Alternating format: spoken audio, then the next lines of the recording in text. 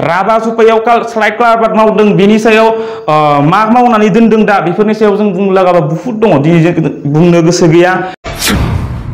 दिनै राकेश ब्रह्मखौ गासैबो जोंनि 40टा समस्तियावनो दावखा होननासो मिथियो दिनै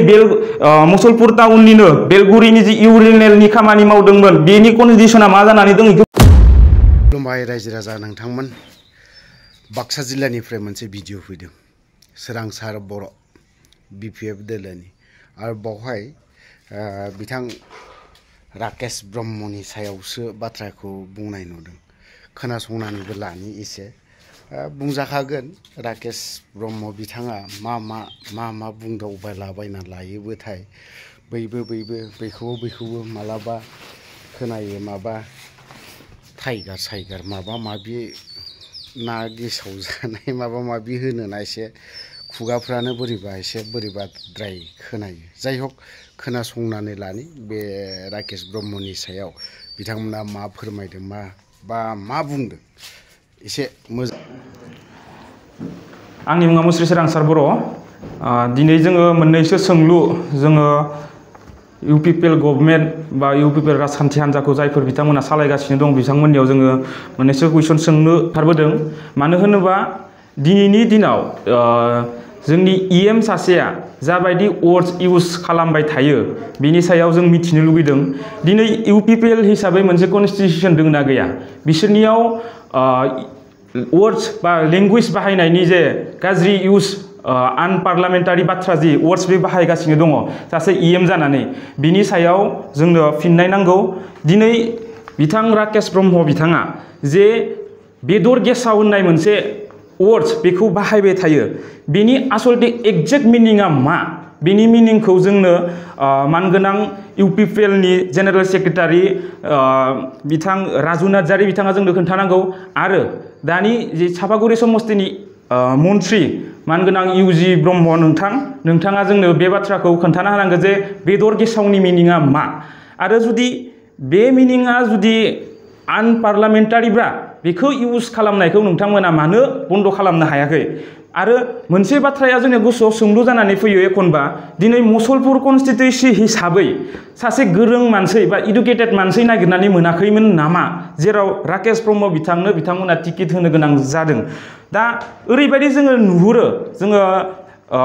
अपोजिशन पार्टियाव थानानै बेबायदि जि मोनो दिनै मोनफ्रोमबो जि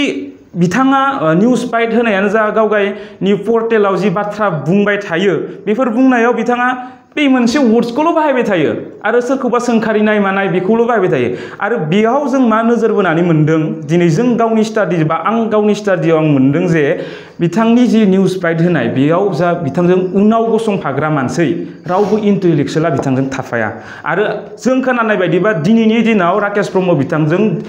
मुसलपुर समस्तियाव सासेबो इन्टेलेक्सुवेल मानसिया बिथांखौ हेफाजाब गैया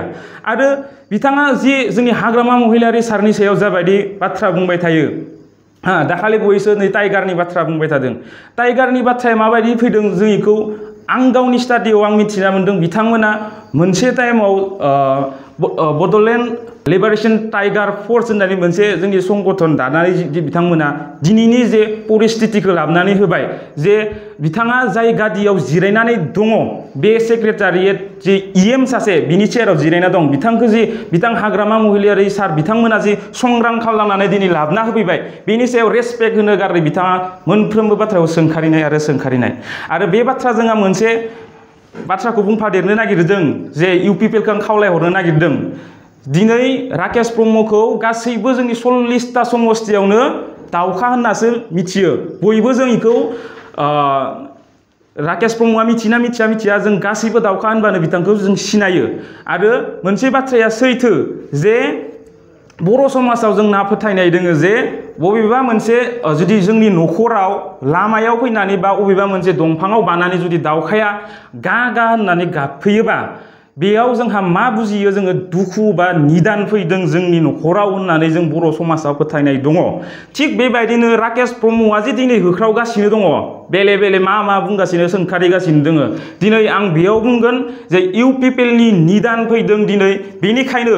इउपिपिएलआ सांग्रां जानानै थानाया मोजां दिनै राकेश ब्रह्म बा फेरेंगा बायदि मानसिनि थाखाय गाज्रि वार्ड्स बाहायनायनि थाखाय दिनै जोंनि इयं जेनेरेशना दिनै इउपिपिएलनि सायाव फोथायनाय गोब्राब जानानै फैदों दिनै इएम सासेनि जि चेयारनि मर्यादा बेखौनो लाखिला गोसो बायदि बेरायो गोसो बायदि बिथांमोना वर्ड्स बाहायनानै रायजो राजाफोरनि सिगाङाव बुङो स' बेफोरखौ लानानै रायजोफोरा बिराद दुखु मोनदों आरो नेक्स्ट बाराव जि राकेश ब्रह्मआ मुसलपुर कन्स्टिटिउसनाव बिथाङा देरहाला बेयो खातां जाबाय बिथांनियाव कनफिडेन्स गैला दिनै बिथांनाव जुदि गमामायैनो जुदि कनफिडेन्स दंमोनबा गावगाय देरहागोन होननानै बिथाङा मानो रायजोफोरखौ लेंहरनानै बा मानसिखौ लेंहरनानै गिता दां होनानै थाइसे थाइनै फैसा हरनानै बिथाङा मानो ब्लेकमेलिं खालामनायनि षड़यन्त्र खालामगासिनो दङ बिनि फिननायखौ जोंनो होनांगौ बेनिखायनो आं खावलायगोन रायजो राजाफोरखौबो जे दिनै इउपिपिएलआ मा अबस्थायाव दङ रायजोफोरा मिथिखाबाय बिनि सायाव कुनु साननो लागा बाथ्रा गैला दिनै जुदि जों मुसलपुर समस्तिखौ हिसाबै जों जुदि बुंनो थाङोबा राकेशआ जे गावनि फुल माने सेन्टिमेन्टजों लानानै खामानि मावदों होननानै बिथाङा जोंनि सिगाङाव बुंबाय थायो मोनफ्रोमबो निउस मिडियायाव गाबखथिंबाय थायो किन्तु गमामायै बिथांनि जुदि साननायाव सेन्टिमेन्ट दंबा बिथाङा जे टाउन कमिटि मुसलपुर टाउन कमिटिनि जे चेयारमेन बे सोरबायदि मानसिखौ फज'ना दोनदों बेखौ जुदि जोंनि इन्टेलेक्सुवेलफोरा बा जोंनि रायजो राजाफोरा जुदि साननानै नायोबा बेयावनो बुजिगोन आङो बेखौ आं बुफ्रुजुनानै बुंनो गोसो गैया दिनै